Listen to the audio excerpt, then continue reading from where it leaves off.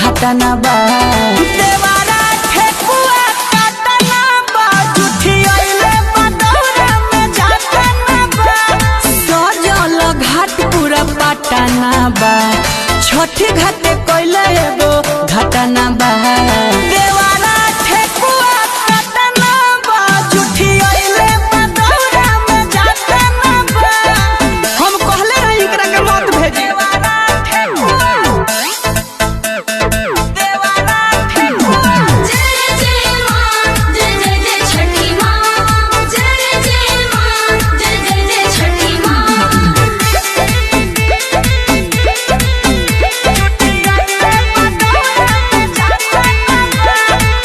बाटे बहकल बाड़ा नु सहकल, तू ही रह चढ़ैले।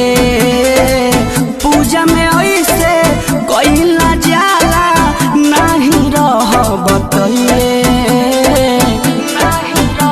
अरे का कहियो, बाटे बहकल बाड़ा नु सहकल, तू ही रह चढ़ैले। पूजा में ऐसे कइला जाला, नाही रह बतैले। सब देख के खराब मूड आताना बा, सब देख के खराब मूड आताना बा।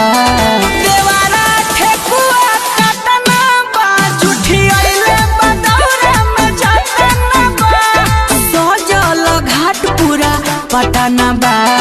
देवारा ठेकुआ काटना बा, जुठी आइले बदौरा में जातना बा।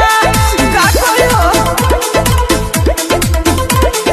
देवारा ठेकुआ काटना बा,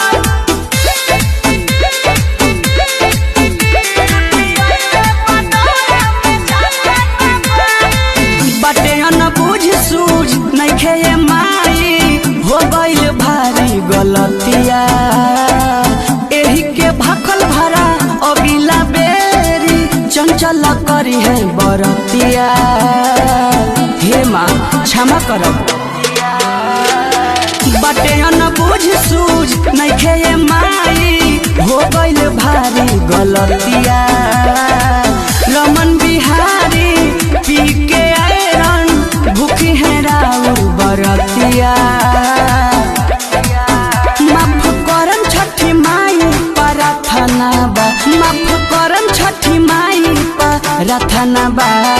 देवारा ठेकुआ काटना बा, जुठी आइले बदौरा में जातना बा। छठी घाटे कोइले एगो घटना बा।